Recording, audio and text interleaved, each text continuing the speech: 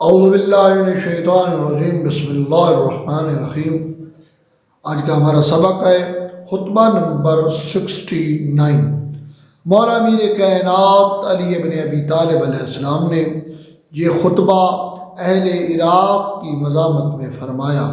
آپ نے فرمایا، اے اہل عراق، تم اس حاملہ عورت کے مانند ہو جو حمل ہونے کے بعد جب حمل کے دن پورے ہو جائیں تو مرا ہوا بچہ گرا دے اور اس کا شوہر بھی مر چکا ہو اور رنڈیپے کی مدت بھی دراز ہو چکی ہو اور قریبی نہ ہونے کی وجہ سے دور کے عزیز بھی اس کے وارث ہوں۔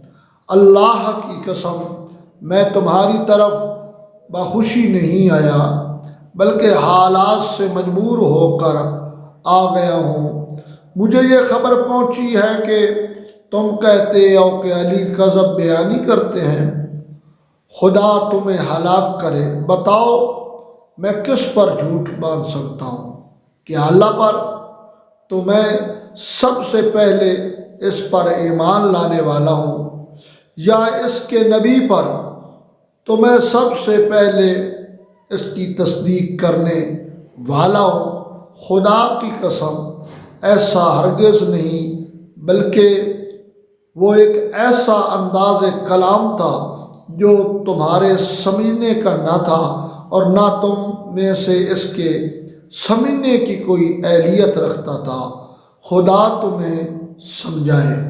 مولا فرماتے ہیں، میں تو بغیر کسی عفظ کے علمی جواہر ریزے ناپ کر دے رہا ہوں۔ کاش کہ ان کے لیے کسی کے ظرف میں سمائی ہوتی، ٹھہراؤ ہوتا، کچھ دیر بعد تم بھی اس کی حقیقت کو جان لو گے۔ اللہم صلی علی محمد و آل محمد۔